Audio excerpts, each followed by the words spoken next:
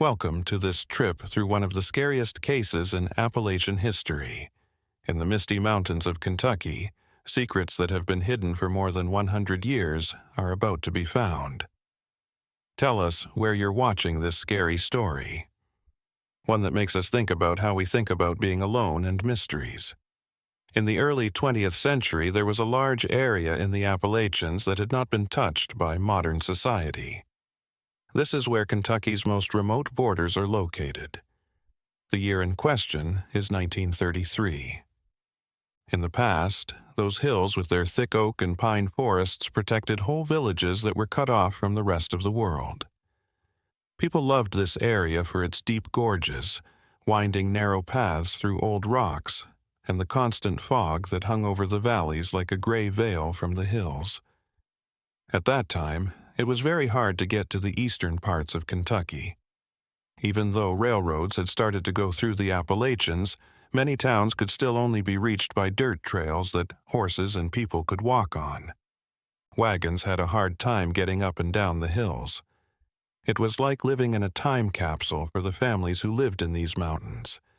They kept traditions and ways of life that went back to the first Scottish and Irish farmers who came there decades ago.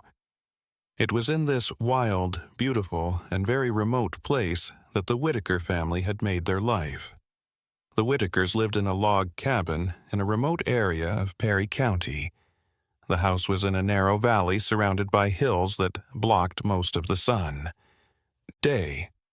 It was so far away that the nearest neighbors lived more than 2 miles away, and the village of Hazard, which was the closest major town, was about 20 miles away by safe roads. County records from 1933 show that the Whitaker family had members whose names showed up on supply-buy papers and land deals from time to time. Local traders knew them as people of few words because they were a close-knit clan that only came down from the mountains when they had to. People who live in. Hazard talked quietly about this strange family that liked being alone in the heights more than being around other people. In those parts of Kentucky, winter came early that year. By the middle of October, the first frosts had covered the leaves, and streams coming down from the mountains were freezing at the banks. During these weeks between fall and winter, the Whitaker property started to get a lot of attention for a very strange reason. Travelers sometimes going along the People who walked along a trail near the land said they heard strange sounds coming from that direction at night. People who wrote about it said that the voices seemed to sing together, but in strange tones that gave people chills. Thomas Mallister was a traveling merchant who sold tools and fabrics in the mountains. In his notebook, he wrote about a disturbing event. He had chosen to spend the night near the trail that went through Whitaker Valley.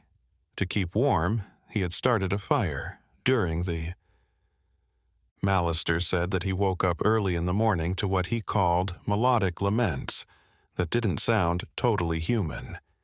He said it sounded like a group of people singing old Appalachian songs with voices that were strange and almost supernatural. Mallister stayed awake until dawn, bothered and interested in the sounds but unable to find out where they were coming from. When dawn finally came to the valley, he quickly left the area, but not before he saw smoke coming from the chimney. This is the Whitaker house. From a distance, the building looked normal, but there was something about the area around it that made the trader feel uneasy for no reason. He promised himself that he would never stay the night in that area again. In the weeks that followed, more stories were like this one. A group of loggers who were only there temporarily said they saw people moving around the land at dusk. They said that the silhouettes looked like people walking in a strange way, with moves that didn't seem to be coordinated. There was a worker named John Hensley who said he tried to meet one of the figures when it came up to where they were cutting wood. Hensley said that the figure didn't say anything and just stared at him for a long time before slowly walking back toward the house. At the time, Samuel Brewster was the sheriff of Perry County. He started getting these stories and became more worried as time went on. People knew Brewster as a practical cop who didn't believe in superstitions or lies. That being said, the regularity and... He began to worry about how consistent the reports were. In November 1903, he thought it would be a good idea to make an official visit to the Whitaker farm to make sure everything was okay. A young guy named Marcus Webb was Sheriff Brewster's deputy. On a cold November morning, they set out for the remote valley. The two men rode their horses over muddy trails and across frozen streams to get to the land. The trip took almost a whole day. As they got closer to the spot, they both noticed that there was an odd silence in the forest. It looked like the birds had left the area, and there were no sounds that would normally be made by wild animals. The sun was already going down, making long shadows between the woods when they finally found the Whitaker cabin. The building looked old because it was made of darker logs and had only one window in the front. There were no blinds up, so it was dark inside. A weak fence surrounded a small area of land next to the house. Chickens scratched in the brown grass. There was a strange smell in the air that the men couldn't quite put their finger on, but that made them feel uneasy. Sheriff Brewster got off his horse and tied it to the fence. He then motioned for Webb to do the same. He went up to the cabin door and knocked hard. No one picked up. He knocked again, this time saying that he was the county sheriff. After a long period of silence, the door slowly opened, showing a room that was almost completely dark.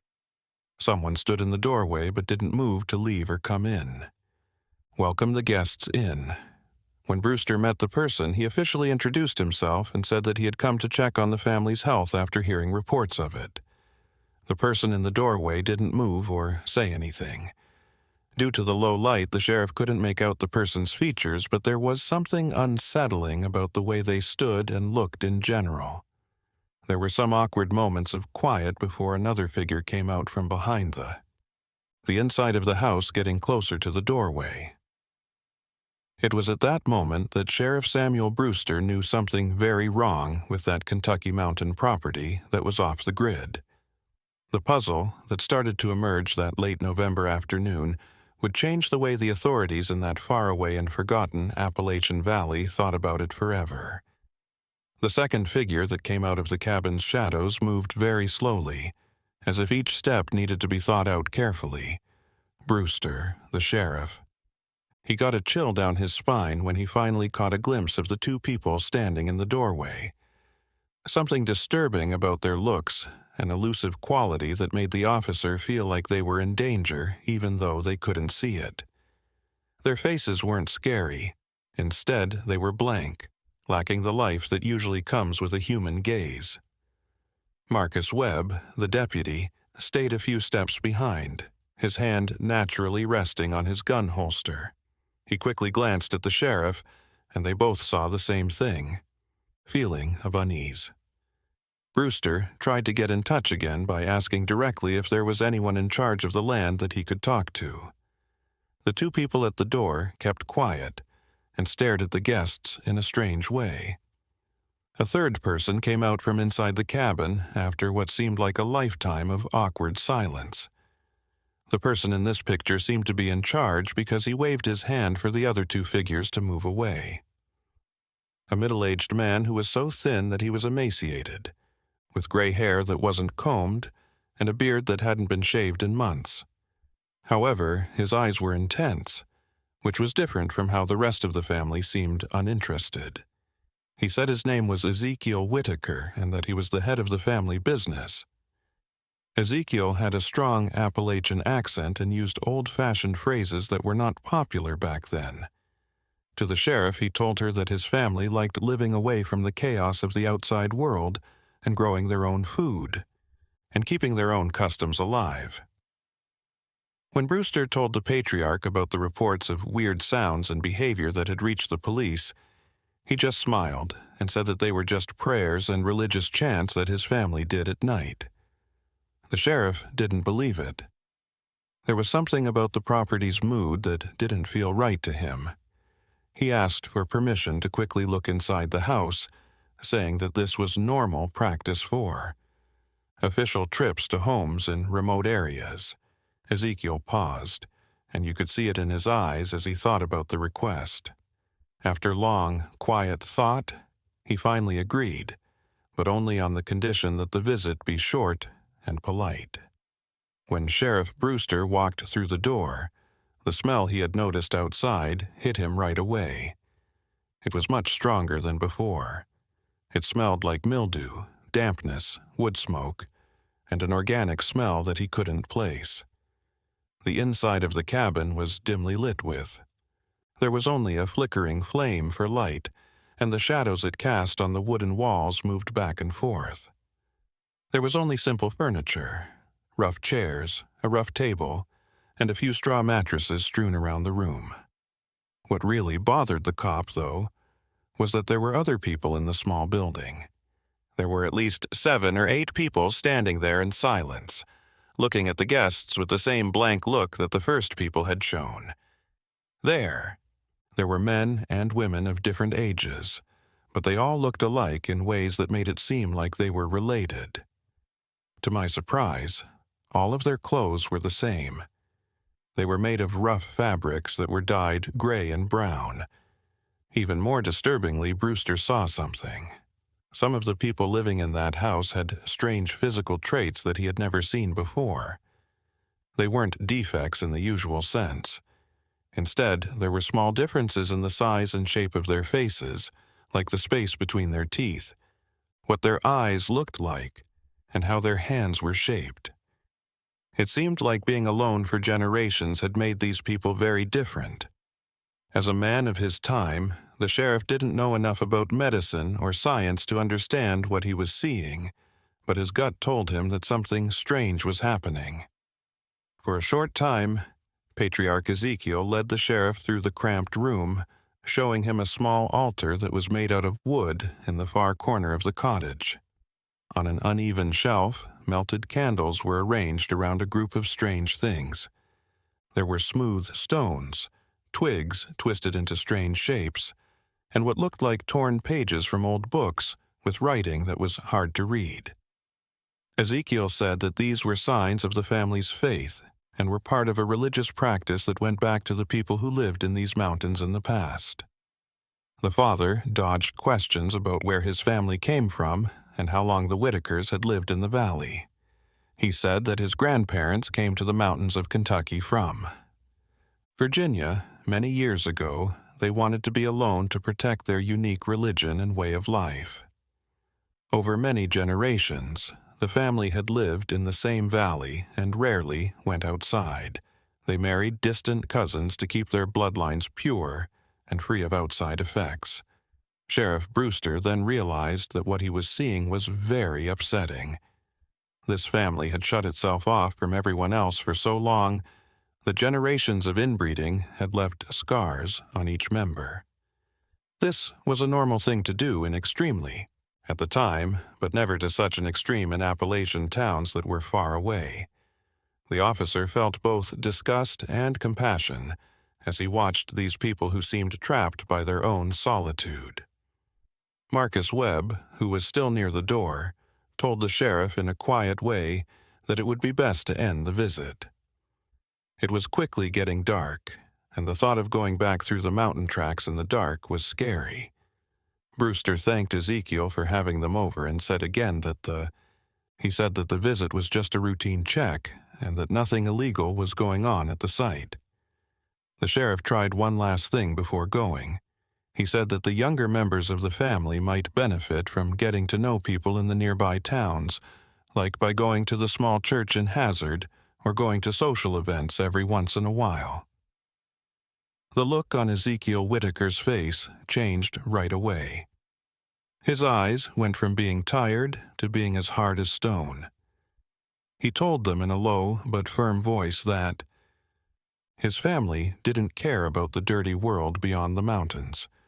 They would rather die in that valley than let outside forces make them less pure.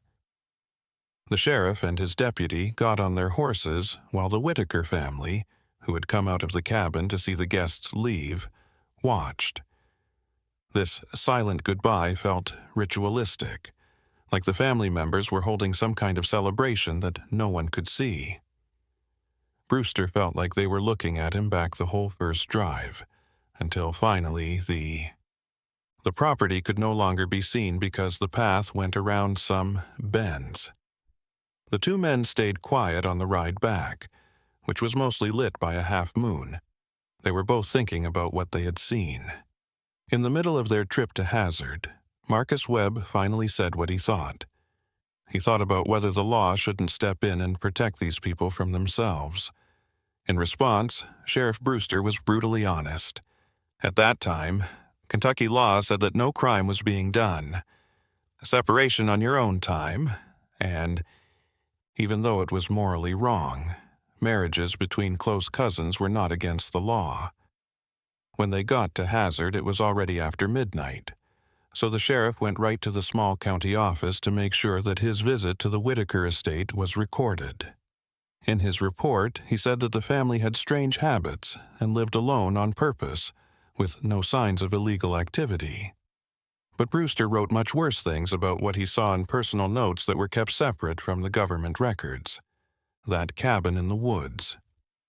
Over the next few days, the sheriff talked to Hazard's elders in secret to find out about the Whitaker family's past. Abraham Fletcher, an old trader, said that he had heard stories about the clan since he was a child. Fletcher said that the Whitakers had always been seen as outsiders, even by the people who lived in the remote Appalachians. He remembered that his own father had said many years before that the Whitakers were part of a religious cult that mixed different types of religion. Christianity with views that are older and less clear. There was also something Fletcher said that really upset the sheriff.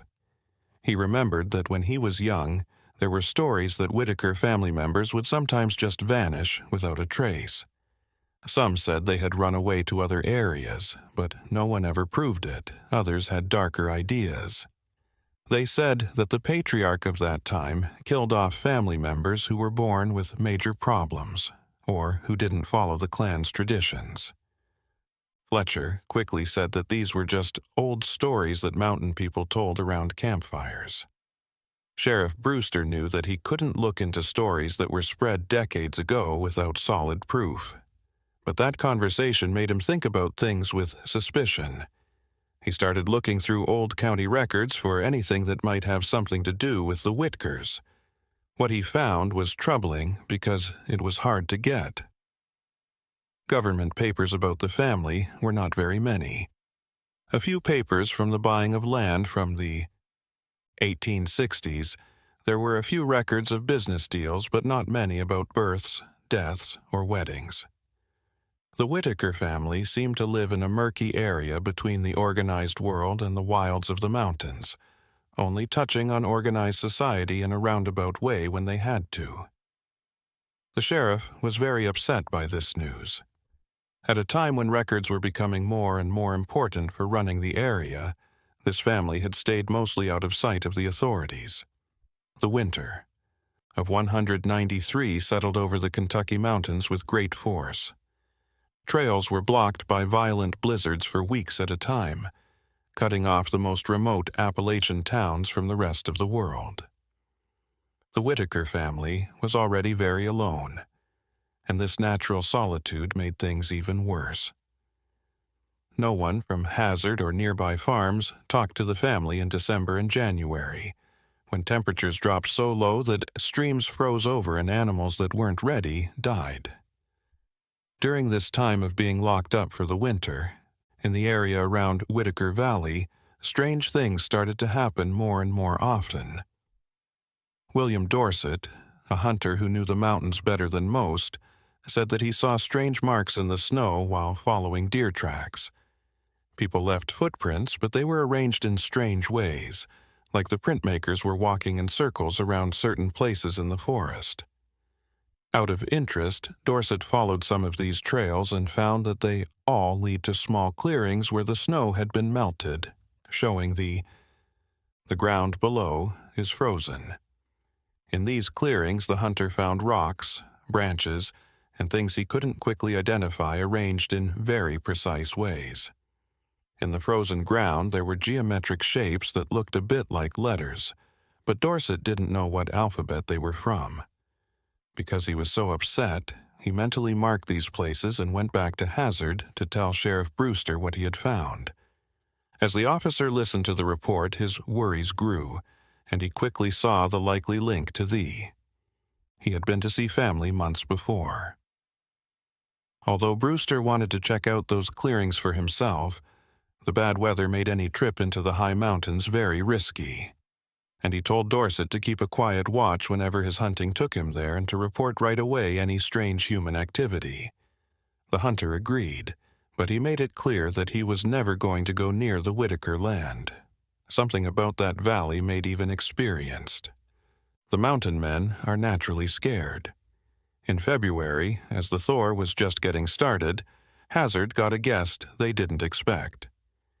He was a middle-aged Methodist preacher named Reverend Josiah Blackwood. His life's work was to bring religion to the most remote areas of Appalachia. Blackwood had heard about the strange people who lived in the faraway valley and thought it was his Christian duty to try to get in touch with them and offer spiritual advice. Even though Sheriff Brewster told them not to, the Reverend said that the Word of God knows no boundaries, even though the Whitaker was thought to be closed-minded and possibly hostile. Even though it wasn't smart of him, the sheriff gave the missionary specific directions to the Whitaker estate and told him he had to come back in 3 days. Blackwood set out on a cold, late winter morning with only a worn-out Bible and some basic food. He walked along the trails, which were still partly covered in snow. He was sure of his purpose and his faith. The Reverend wrote in great detail about his journey. He kept records of every town he visited and every soul he tried to save on his travels. 3 days went by, and Reverend Blackwood was nowhere to be found. Sheriff Brewster started to very much worry. He put together a small search party with Marcus Webb and 2 helpers who knew their way around mountains, including William Dorset. The group left at dawn on the 4th day, armed and ready to deal with both the still bad weather and the chance of running into trouble on the Whitaker property.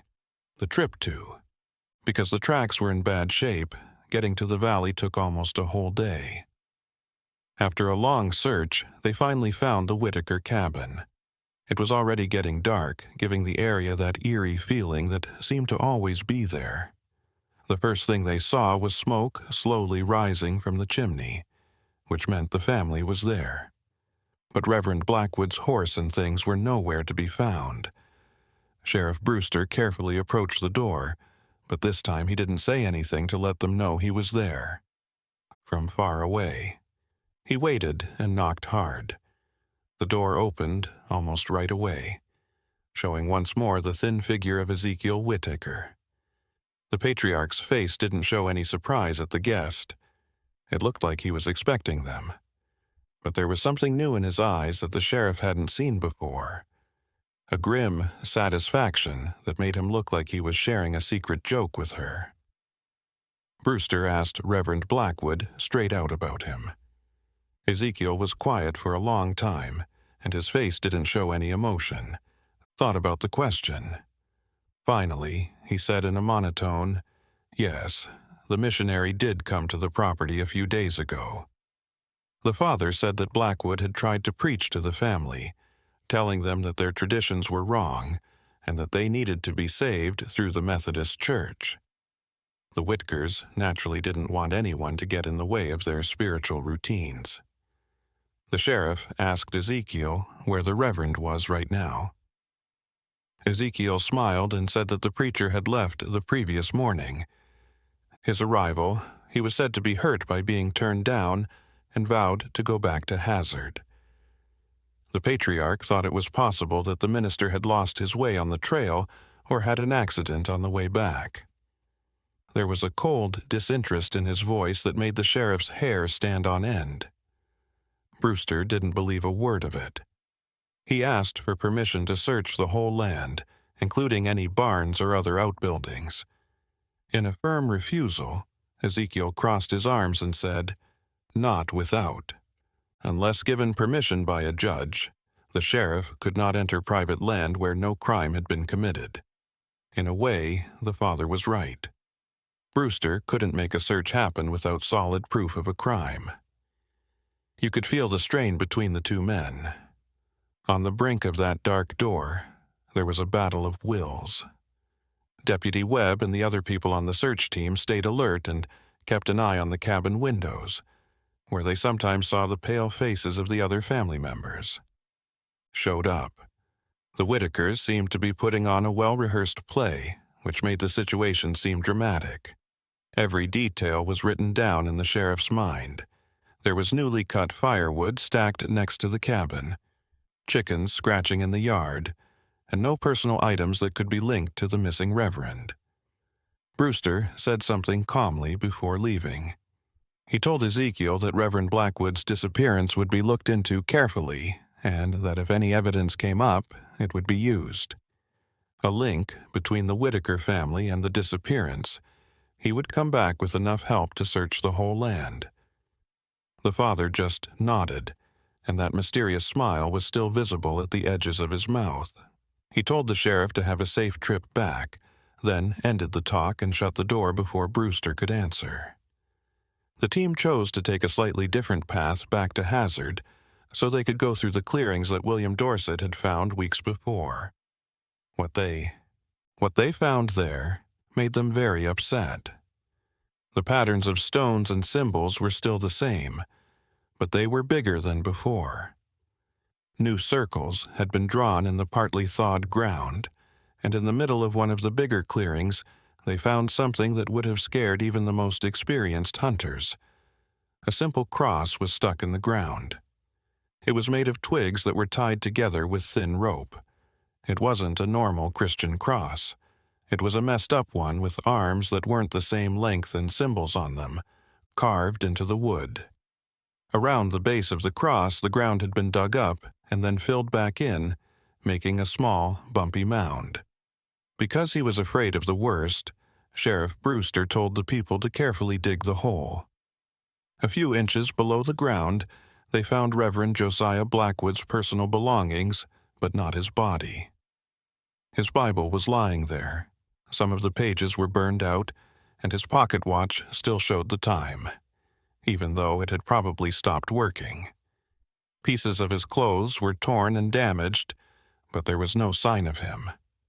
In terms of the Reverend, it seemed like he had been erased from reality, leaving only these things to show that he had died. Sheriff Brewster was sure that he finally had proof that something bad had happened. But the nature of this information was not clear enough to justify clear legal action. There was no body and no trustworthy witnesses. There were only things hidden in a clearing in the woods that anyone could have used. It would take a lot more to directly link these finds to the Whitaker family than guessing and doubt. When Brewster got back to Hazard, he set up a meeting with the local government and some important people in the town. He told them everything he knew about the Whitaker family. Their extreme isolation, their non-traditional religious practices, the symbols in the clearings, the Reverend's absence, and the things that were buried all played a role. There was a mix of reactions. Some people wanted to take action right away and wanted to gather an army to fight the Whitakers and make them say what they knew. Some people warned of the need for. Be careful, because making accusations without strong proof could lead to needless violence. Edmund Pritchard, a lawyer who was at the meeting, told the sheriff that he should ask the court for permission to search the Whitaker property carefully. To do this, you would have to show the county judge the proof and make a strong case for probable cause. Brewster agreed with this decision, knowing that he had to follow the law, even though he wanted to go back right away with all his heart. To that awful valley and find out what's going on. Legal paperwork was slowly moving through the county's bureaucracy when a new visitor came to town and added to the Whitaker story in a new way. He was a professor at a university in Lexington named Dr. Henry Ashwood, who studied Appalachian ghost stories. Ashford had spent years learning about the customs and beliefs of Kentucky's mountain towns. He had heard stories about a family who lived alone and followed religious practices, coming from the early days when Europeans lived in the woods. On a wet March afternoon, Dr. Henry Ashford introduced himself to Sheriff Brewster. He was carrying a worn-out leather briefcase that was full of notebooks, old maps, and school papers. The professor was very careful, had round glasses, and was always nice, but the focus in his eyes showed that he was really obsessed with the subject. He said that for more than 10 years, he had been writing about isolated religious activities in the Appalachians, following family trees that have kept customs alive that were brought from Europe hundreds of years ago and changed by the mountain's extreme isolation. At first, Brewster didn't trust the professor's academic goals, but when Ashford opened one of his files and started reading about families with patterns similar to the Whitakers, Brewster changed his mind. The researcher found evidence of at least 5 other clans living in tight isolation in the mountains of Virginia, North Carolina, and Tennessee. Believed in beliefs that mixed early Christian ideas with much older, probably pagan ideas. They also bred with each other. The sheriff was most interested when Ashford said that some of these families had created what he called private ritual languages. These were dialects that were so changed and full of made-up words that strangers had a hard time understanding them. He also talked about practices of purposely separating family members who were seen as dirty or marked with unwanted physical characteristics or created behaviors that challenged patriarchal authority. The fate of these people who were left out was rarely clear because history records are often missing. Brewster told the professor everything he knew about the Whitakers, such as how Reverend Blackwood went missing and what was buried in the clearings. Ashford listened more and more carefully, taking careful notes and stopping every once in a while to ask specific questions about the family's actions, symbols, and behaviors, and words. After the sheriff finished his story, the professor was quiet for a long time and looked through his notes as if he were trying to find links between different pieces of information. Finally, Ashford told the sheriff something that made his blood run cold. During his many years of research, he came across scattered references to a religious group that started in the Scottish Highlands in the 1700s, but was violently put down by church leaders. Few records that have been kept. Talked about a group that thought the only way to be pure was to live in complete isolation and see any touch with the outside world as spiritually corrupting. They did renewal practices that were said to include making symbolic sacrifices and getting rid of family members who were not seen as worthy to carry on the sacred line. In the early 1700s, some members of this sect's descendants fled to America and settled in the most remote and hard-to-reach places they could find. It seemed likely to Ashford that the Whitaker family was one of the last. Families from that group are still alive and carrying on traditions that go back hundreds of years of religious isolation. If he was right, the Reverend's disappearance might not have been a murder in the usual sense. Instead, it might have been a ritualistic act to protect Holy Land from outside forces that could be harmful. Sheriff Brewster wasn't sure if this information made him feel better or more worried. On the one hand, it gave the Whitakers' strange behavior some background. Behavior. On the other hand, it made him think he wasn't just dealing with strange people, but also with dangerous religious extremists whose actions were based on strong but irrational beliefs. Once the court order was in hand, he asked the professor if he would be willing to go with him on an official visit to the property. Ashford agreed right away because he saw the chance to write down what could be a very important academic find. While waiting for the court case to start, the professor did a lot of research. Historical records that are available in Hazard and nearby towns. He found that the last name Whitaker showed up in a number of different documents dating back to 1858. These documents were always about land deals in Perry County's more remote areas. Strangely chosen names that have been passed down through generations in a suspiciously high frequency.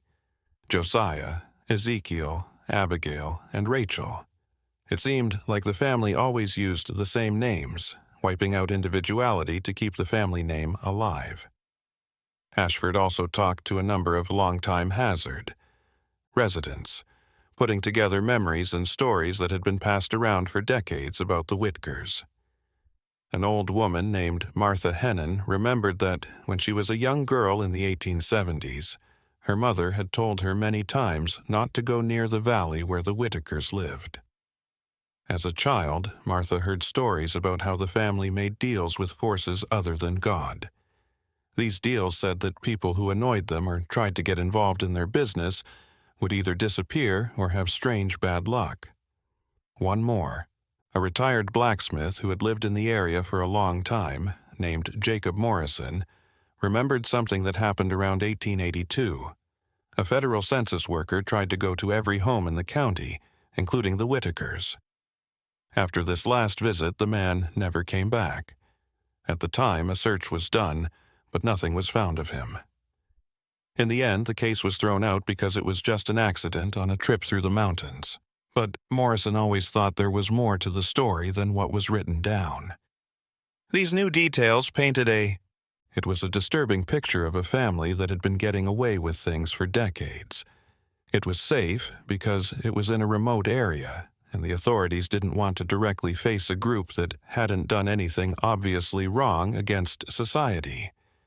They were in a legal and social vacuum, not close enough to be ignored, but close enough to make people on the edges of society afraid. Around the middle of March 1933, Sheriff Brewster finally got the court order he needed to search the Whitaker land, the area. The judge agreed that there was enough probable cause to allow a full search after looking at the proof and the witness statements about the Reverend's disappearance. With this legal document in hand, Brewster planned a big excursion.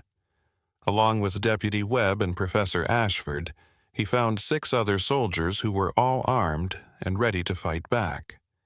It was cold and clear when the group left, riding in a tight line along well-known paths. The men were clearly under a lot of stress who didn't say much on the trip. Each person thought about their own worries and hopes about what they might find on this remote land. For his part, Professor Ashford was so excited that he was almost giddy. He was constantly checking his measuring tools and getting his papers ready to write down everything he saw. As they got closer to the Whitaker Valley, something seemed different right away. The chimney of the house didn't have any smoke coming out of it like it usually did. There were no chicken or other bird sounds. Animal life. It seemed like the property had lost all of its life because of the strange silence that hung over it. The sheriff told them to stop before going into the valley proper.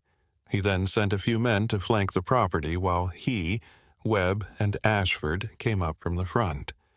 It was open and swinging a little in the light breeze when they finally got to the cabin. Brewster pulled out his gun and slowly moved forward, letting everyone know he was there and that he was a lawyer.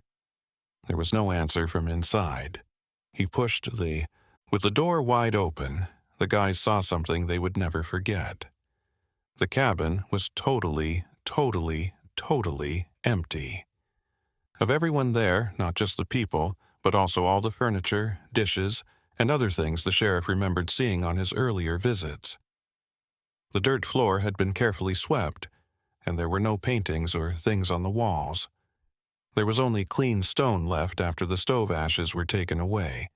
It was like the Whitaker family, and the space had never been there, ritually cleaned of any signs of human life. Professor Ashford walked into the cabin with a respect that was almost religious. He looked at every surface and made notes to himself as he did so. He saw something that no one else had. There were small marks on the wooden walls, like scratches and holes arranged in a way that made patterns.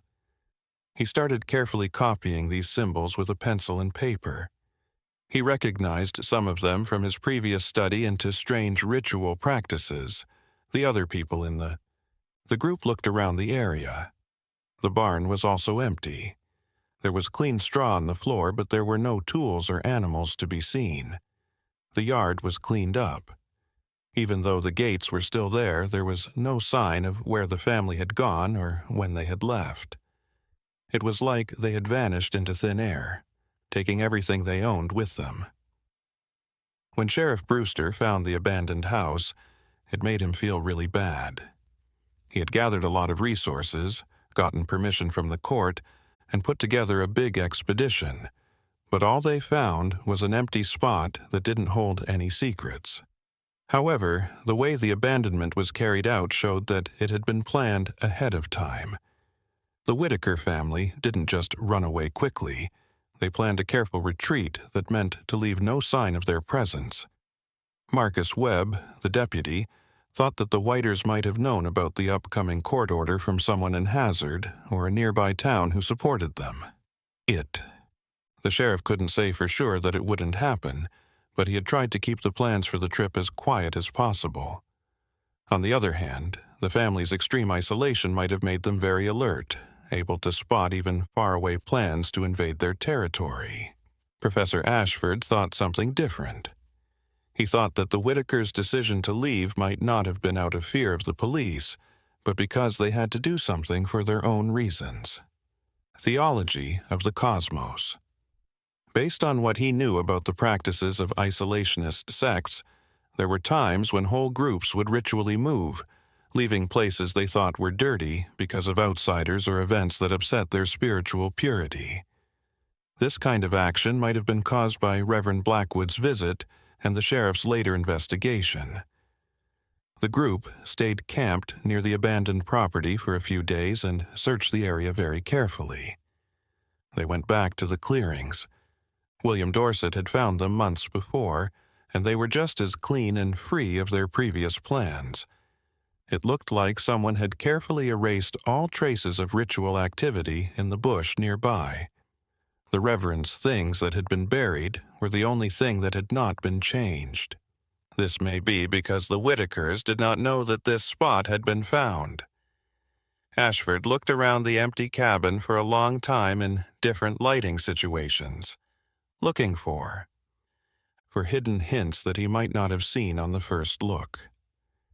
He made an amazing find during one of these checks late in the afternoon, when the setting sun lit up the inside at just the right angle. Writing was carved into one of the roof beams, but it was hard to see with the naked eye.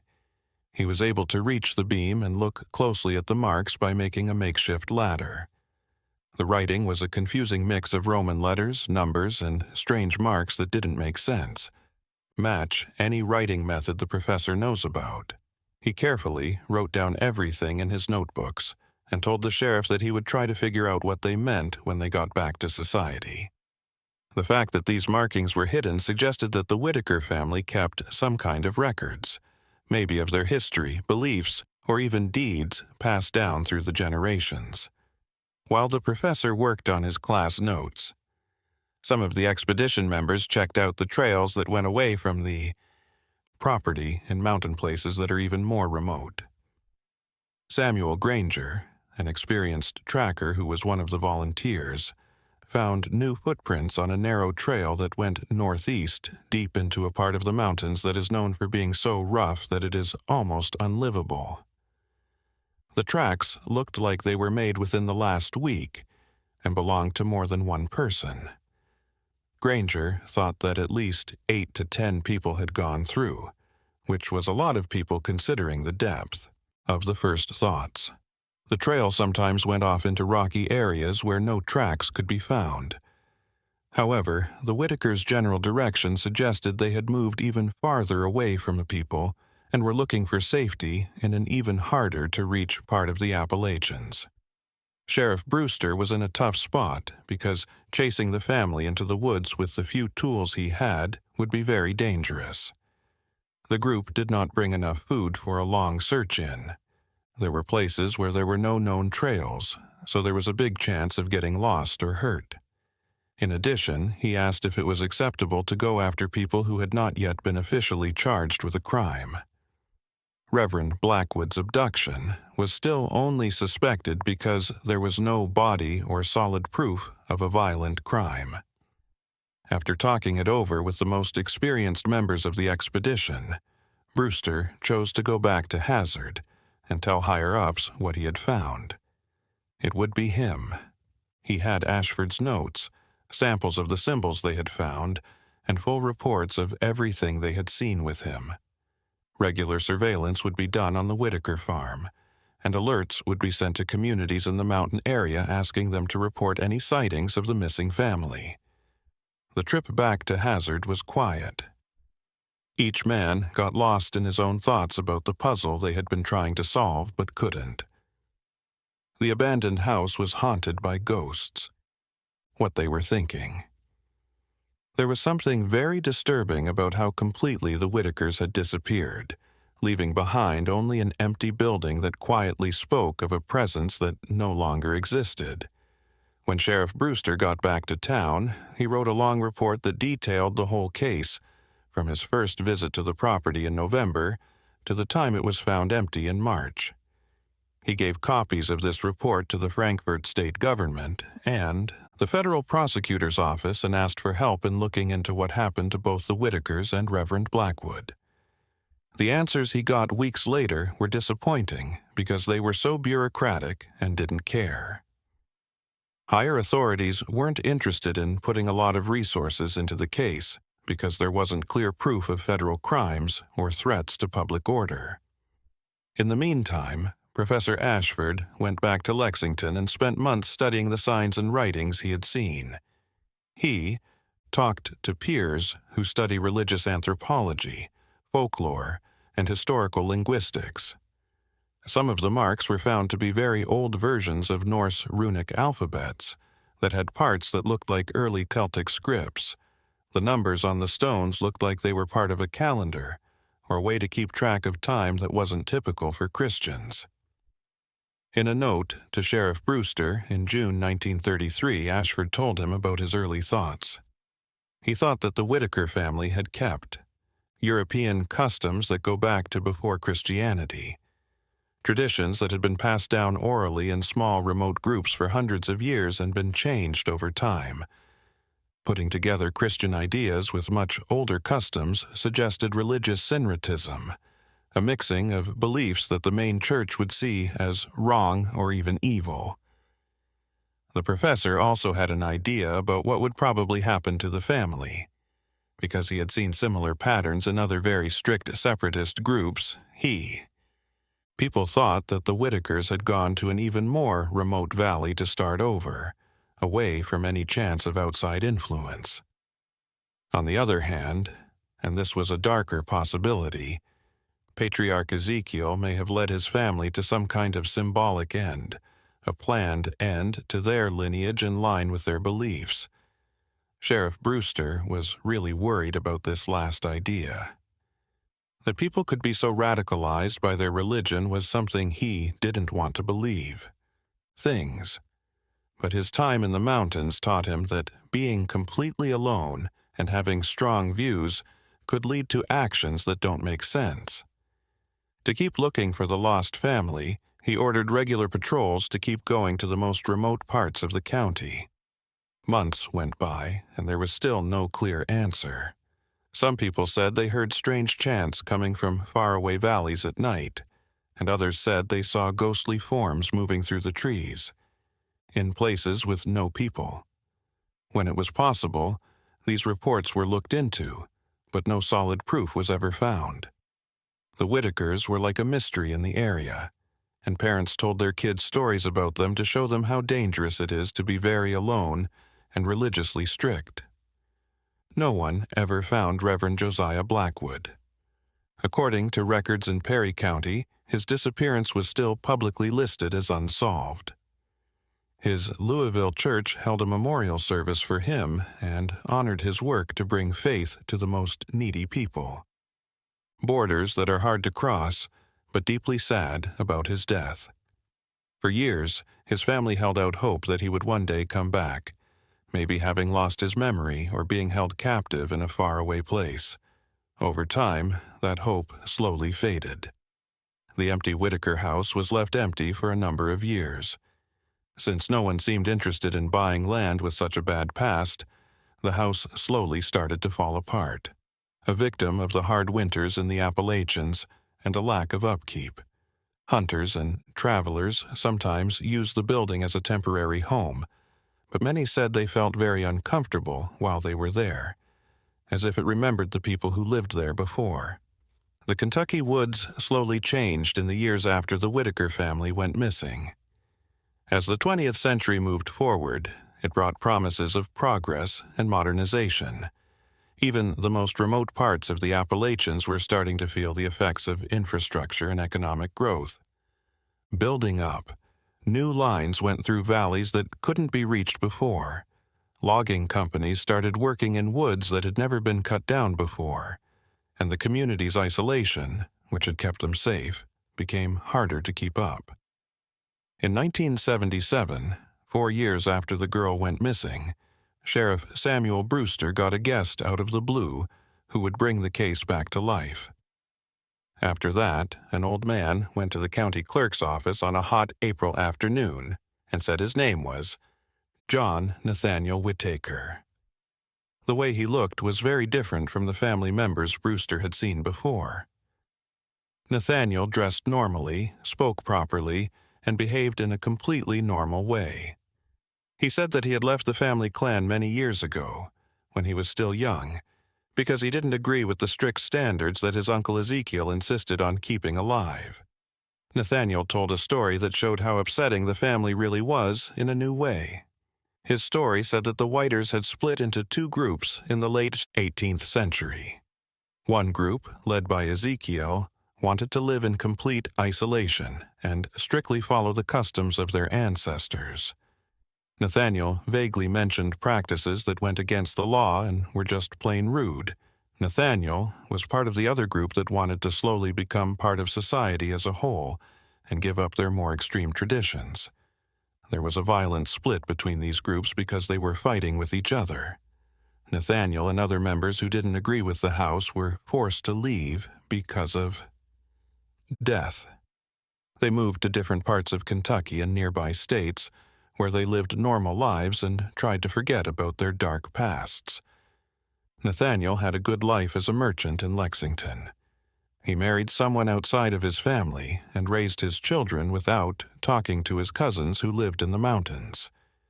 He went to see Sheriff Brewster late because of something very personal. Nathaniel had recently been sick, which made him face his own problems. Getting old. He felt bad that he had never told the police what he knew about Ezekiel and his followers' secret activities. Even though he didn't know what happened to Reverend Blackwood or what happened after 1903, he could give historical background that would help us understand how the father and his followers thought. Brewster paid closer attention to Nathaniel's evidence and took careful notes as the man told long-kept secrets. Nathaniel says that Ezekiel thought that he is the guardian of sacred knowledge that has been passed down from generation to generation since the first settlers brought these customs from Europe. He thought that the outside world was forever bad, and he thought that it was his family's job to keep a pure bloodline alive so that they would rule the earth when modern society fell apart from its own sins. As part of their rituals, the family used complicated astronomical calendars to plan when events would take place in forest clearings. Nathaniel had a vague memory of taking part in some of these events as a child, before he was smart enough to understand how disturbing they were. He talked about chants that mixed Old English words with words from no known language. He also talked about practices that involved fasting for a long time, being alone in caves, and having experiences that changed how people saw the world. Worse, Nathaniel confirmed stories that had been going around for a long time about what happened to family members who were not wanted. There were strict rules about who could stay in Ezekiel's. The family. People who were born with serious physical disabilities who didn't want to follow tradition, or who were a threat to male authority, were sent back to the mountain, as Ezekiel put it. While Nathaniel had never seen what this meant for real, he had a strong feeling about it based on whispered talks and unexplained absences. Deputies asked Nathaniel if he knew where Ezekiel could have taken the family after leaving the land in 1903. After giving it some thought, the man spoke up. As a child, he remembers hearing Ezekiel talk about even more remote mountain areas, like secret valleys that were only known to Native American trackers who lived there before Europeans came. It is said that Ezekiel visited these areas when he was young and found places where his family could go as final refugees if they had to leave everything behind. Nathaniel specifically named an area near the border between Kentucky and Virginia that had very steep hills, and mountains that were out of reach where large natural holes were said to exist. Ezekiel had said that these holes were holy places where his family could go to wait for what he saw as the end of a corrupt society that was coming. If the father had really wanted to lead his family into complete and total isolation, these caves would have been the most likely place for them to go. With this new knowledge, Brewster planned another trip, this time with Nathaniel Whitaker as the leader. The group was not as big than the last one, with just Nathaniel the sheriff, his deputy Marcus Webb, and 2 experienced hunters who knew their way around the more remote frontier areas. They left in May 1907, when the weather was good and the trip was less risky. It took almost a week of riding through scenery that got rougher as the trip went on. Nathaniel led, based on memories from many years ago, and he sometimes recognized natural places that seemed familiar. As they went further into the woods, the feeling of being alone became too much. Days would go by without seeing any signs of people living there. The forest around was thick and primitive, with old trees that covered the sun and made it always dark, even during the day. At one point, one of the trackers found old marks on trees that looked like they pointed to a path that had been meant to be hidden. The marks were very small and hard to see without training, but people who knew what to look for could see a clear way through the forest. After following these arrows, the group reached a deep gorge with steep rock walls on either side.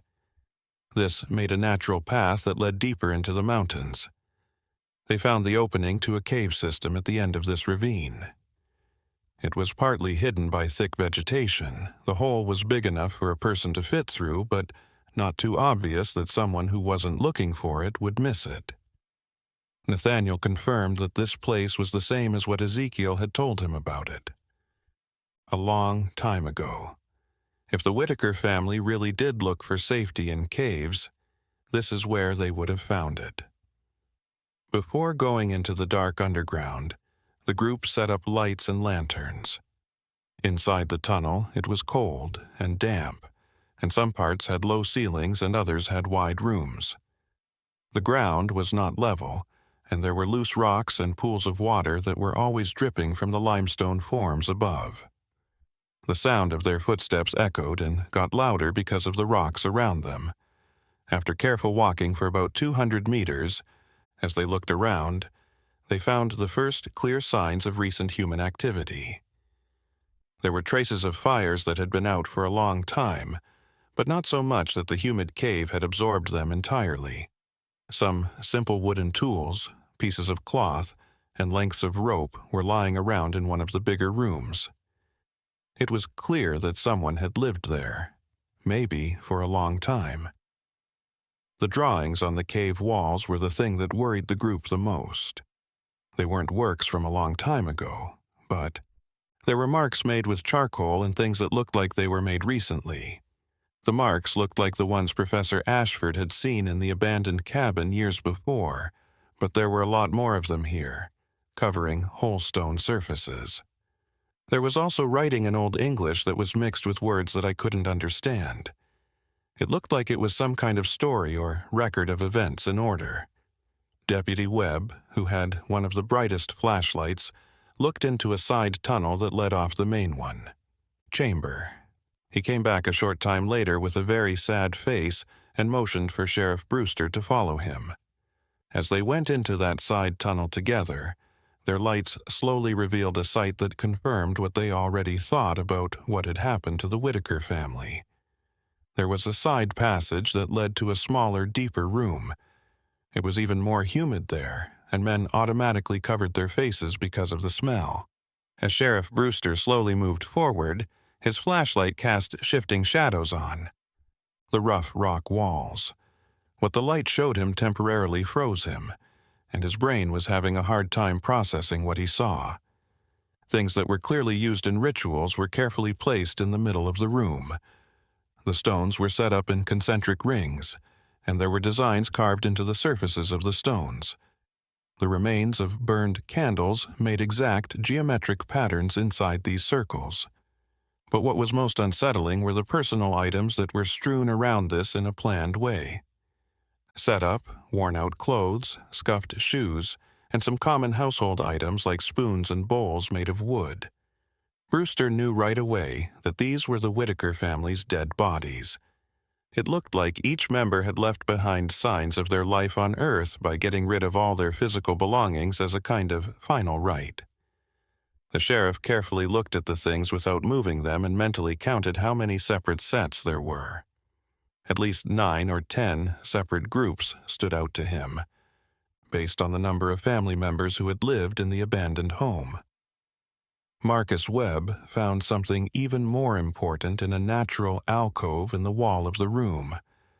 The book was wrapped in worn-out leather, and the pages were stained from water, but they could still be read in large part. The deputy slowly turned up the sound until the sheriff's flashlight was shining brightest.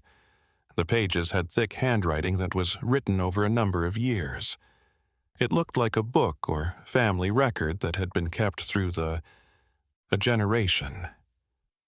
Brewster slowly turned the pages with respect, knowing that he might be holding the only record of the Whitaker family's private past.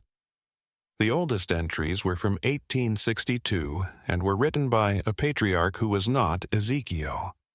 The book had both everyday events and philosophical and religious thoughts that showed a very isolationist and end-of-the-world view of the world. After that, entries that were clearly made by Ezekiel in the late 1800s and early 1900s became tone that gets more and more intense. He wrote about how the outside world was becoming less good, how important it was to keep the family line pure no matter what, and how plans were being made for a final escape when the outside world became too much to handle.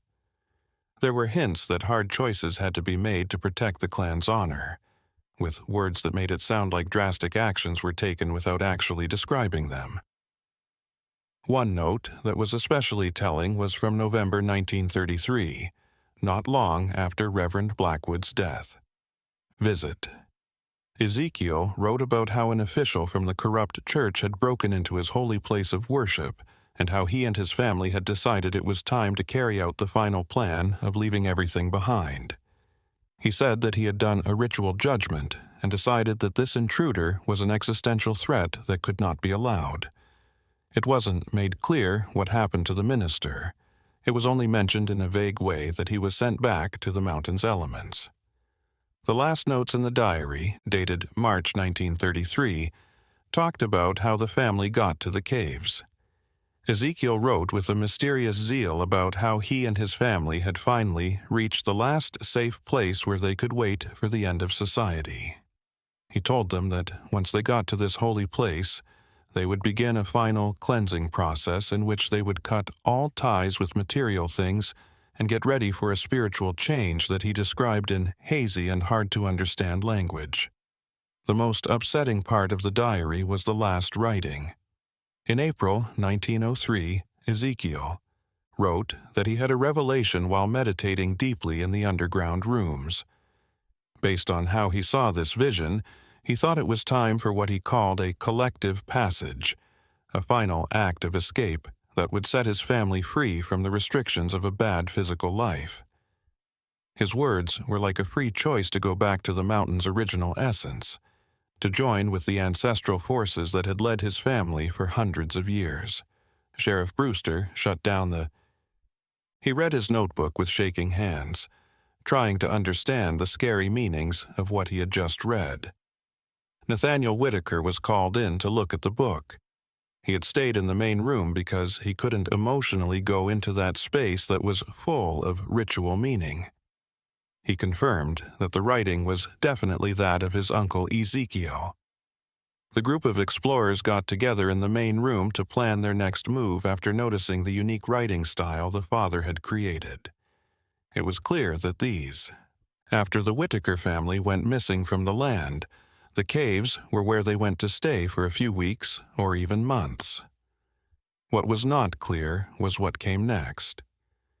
The items that were left behind and the tone of the diary's last entry hinted at a bad ending, but there was no solid proof of what happened to each family member. The trackers went to different parts of the cave system to look for more rooms or tunnels that might hold more clues. On a single journey, they found a small crack deep inside the cave. It was a natural opening that went straight down into the ominous darkness. When they threw stones into the gap, they couldn't hear the sound of the rocks hitting the bottom, which meant there was a lot of depth. That crack could have been a dark sign of what Ezekiel might have seen as a return to the mountain's soul, but no one knew for sure. Because he didn't have many tools, Sheriff Brewster chose not to try to explore the vertical crack. It would be very risky and probably not worth it. Instead, he had the whole ritual room carefully mapped out. The men drew detailed pictures of how the things were arranged, copied the symbols on the walls, and made a list of everything they found. Ezekiel's diary was carefully wrapped to protect it during shipping because it was important proof and a unique piece of history. Marcus Webb found something that gave him another sign about what happened to the family during his last exploration of the caves. He found pieces of cloth stuck in rocks in a tight passageway that led to a different exit on the other side of the mountain. The cloth looked like the clothes that were left in the ritual room. This meant that at least some family members had left the caves this way, possibly without the things they had ritually left behind. The other exit came out on a different side of the mountain, even farther away and harder to get to than the main opening. A wide view from this spot. In every direction, large areas of untouched forest could be seen. It's possible that the Whitaker family could have continued their trip to almost any place in the mountains without leaving any signs. Nathaniel Whitaker gave the sheriff an explanation that made sense. As Ezekiel's paranoia and fanaticism grew, it was possible that he planned a complicated rite of death and rebirth as a metaphor for life. It's possible that the family gave up their old names and their things. People came out of the caves changed and ready to start over in an even more remote place. The family could have also split into different groups at that point, with some following Ezekiel to the end and others going in a different direction. The group stayed in the caves for 2 more days, searching every fully accessible chamber carefully and writing down everything they found. Nowhere in the underground system they explored did they find signs of bloodshed or human remains. The puzzle of the end fate of each family member remained frustratingly and stubbornly unknown. When Sheriff Brewster got back to Hazard from the cave trip, he had to make the difficult decision of how to report what he had found. He now had a lot of proof that the Whitaker family had followed strange practices and held extreme religious views. The entries in Ezekiel's diary showed that he had a troubled mind and were probably to blame for Reverend Blackwood's disappearance. But without bodies or life witnesses, it was almost impossible to bring crimes that happened years ago to justice. Along with a full report of the cave trip, the diary was sent to state officials in Frankfurt to be read and analyzed. After looking over the materials, officials decided that even though they were very upsetting, they did not provide enough legal grounds for further action. The case was legally labeled as an investigation that could not be concluded, a status that recognized that clear answers were still needed. Most likely would never be seized. When Professor Ashwood heard the results, he asked for permission to look at Ezekiel Whitaker's diary. After doing his research, he wrote a piece in a peer-reviewed journal about the document as a remarkable example of how religious fanaticism and extreme isolation can lead to beliefs that have nothing to do with everyday life. The article didn't include any shocking details. Instead, it focused on the sociological and anthropological parts of the case. It, Later studies of isolationist groups in Appalachia used it as a source. Nathaniel Whitaker went back to his life in Lexington, carrying the weight of finally telling the dark lies about his family. Even though he lived for many more years, he only talked about the Whitakers with the police. Before he died in 1923, he gave a group of old photos and family papers to a nearby historical society. This helped keep the family tree alive, which would have been lost otherwise. No one can remember anything about it. In the years after the caves were found, people in Kentucky's Appalachian towns slowly changed how they thought about the Whitaker family story. At first, what was thought to be an unsolved police case slowly turned into a local legend. It was a warning about the dangers of being totally cut off from the outside world and the fanaticism that grows when you're not in touch with anyone else. People who lived in the mountains afterward would tell the Whitaker built his story around firesides, and each one added new ways to understand and guess about what happened to this mysterious family in the end. He served Perry County for many years as sheriff, but in 1916, Samuel Brewster quit after many years of hard work. During those years, he stayed interested in the Whitaker case and would go back to the caves on occasion when his work schedule allowed. On some of these trips, he brought along people he knew and trusted, who could give him different points of view on the place was full of secrets. Even though none of these later expeditions found any important new proof, Brewster felt compelled to go back to that underground space where the last physical signs of his family had been left. On one of his last trips to the caves, when he was old and with the sheriff who would take over after him, Brewster found something small but meaningful. While exploring, he found a small carved wooden object in a narrow crack that other people had missed. It was a simple human figure, the kind that could have been cut by someone who wasn't very good at what they were doing, but had clear intentions. The figure had unique features that made it look like it was of a specific person, and at its base were engraved names that looked like the letters E and W twisted together. Brewster thought the object might have been a symbolic self-portrait that Ezekiel Whitaker had left behind, a last record of his life before whatever happened to him in the end. When the sheriff retired, he took the figure with him. He kept it in his house for the rest of his life as a physical memory of a case that would never really leave him. After he died in 1928, his children and grandchildren gave the sculpture to Hazard's small historical museum. It is still there today as a piece of history connected to one of the area's most enduring secrets.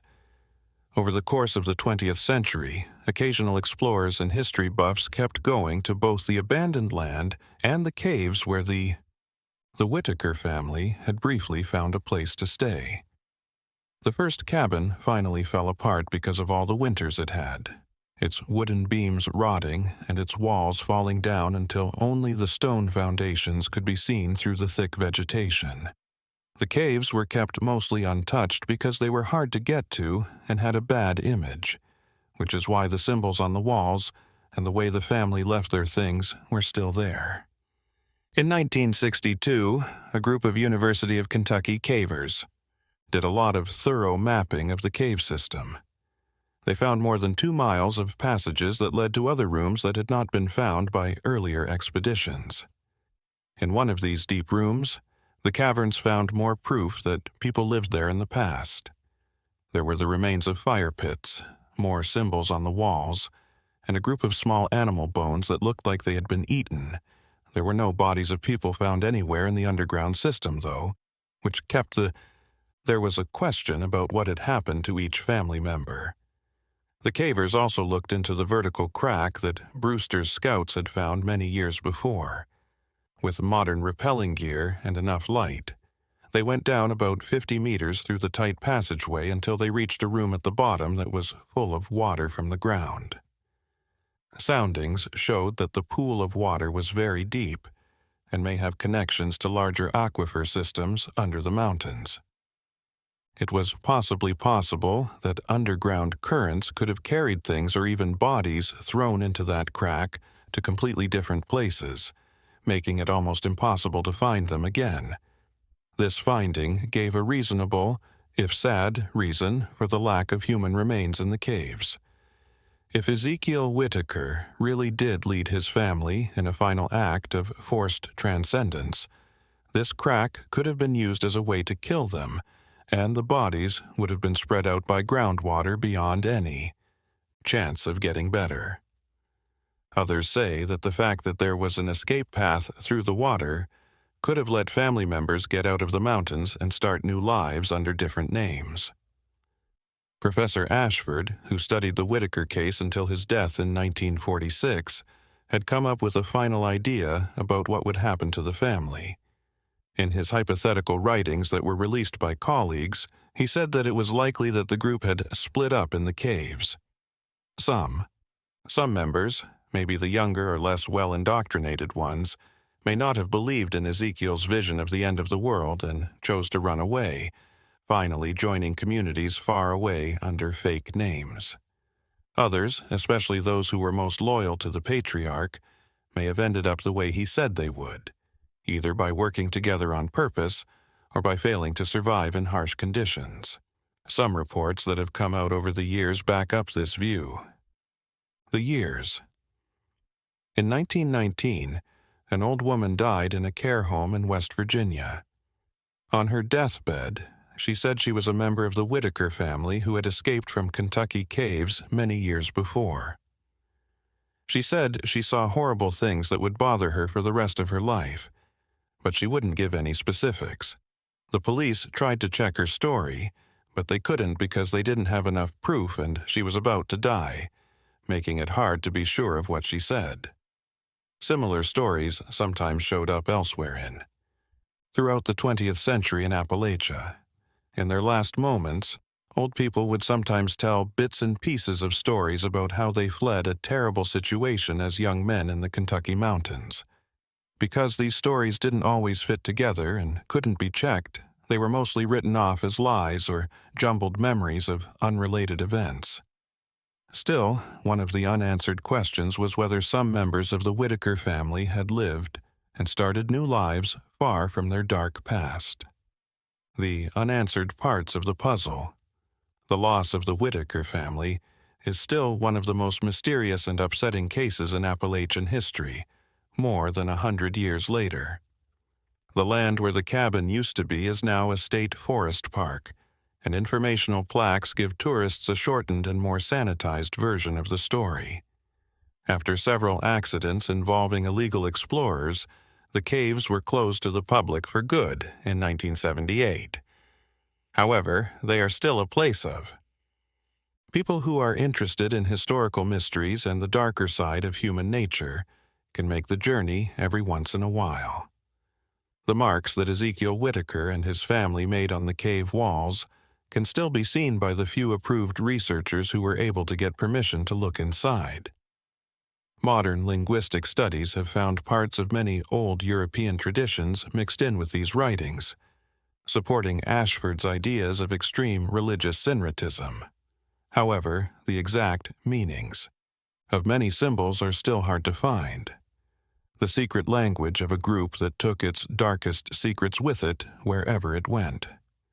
The story of the Whitaker family makes us think about tough issues, like the balance between personal freedom and social responsibility, the limits of religious tolerance, and the dangers of being alone in a world where extreme views can grow without being questioned. That family lived by rules they thought were holy and unbreakable, beliefs that took them further and further away from. They finally disappeared into the mountains they had picked as their only home, taking other people with them. There is no way to know for sure what took place in those secret rooms in 1903. Ezekiel's notebook gives us a look into his troubled mind, but it leaves out important details. The things that have been left behind talk about some kind of final right, but their silence is only beautiful because it is unclear. There are a lot of theories, and while each one makes sense in some situations, none of them can be proven beyond A. There's a good chance It might be fair that a group that cared so much about privacy and secrecy left behind only mysteries and questions that don't have clear answers. The Whitakers used to live in the Kentucky Mountain Valley, which is still a very beautiful and quiet place. The seasons keep going through their endless loop. In the winter, snow covers the peaks, and in the spring, wildflowers color the hills. Nature has taken back the whole area that their family lived in for a short time in natural time. Mountain ranges. It's like the earth has taken in their past and is hiding secrets that might be better left buried under layers of time and forgetfulness.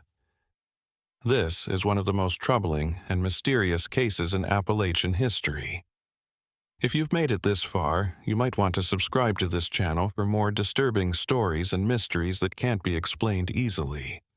If this story moved you in any way, whether it was with curiosity, unease, or a deep thought on what it means to be human, please like it. And in What do you think will happen to the Whitaker family? Tell us in the comments. Do you think they all died in the caves because of their patriarch's extreme vision? Or do you think some were able to get away and start new lives far from where they came from? Even though the story is over, there are still many ways to look at it. The mountains also hold many riddles that may never be fully solved.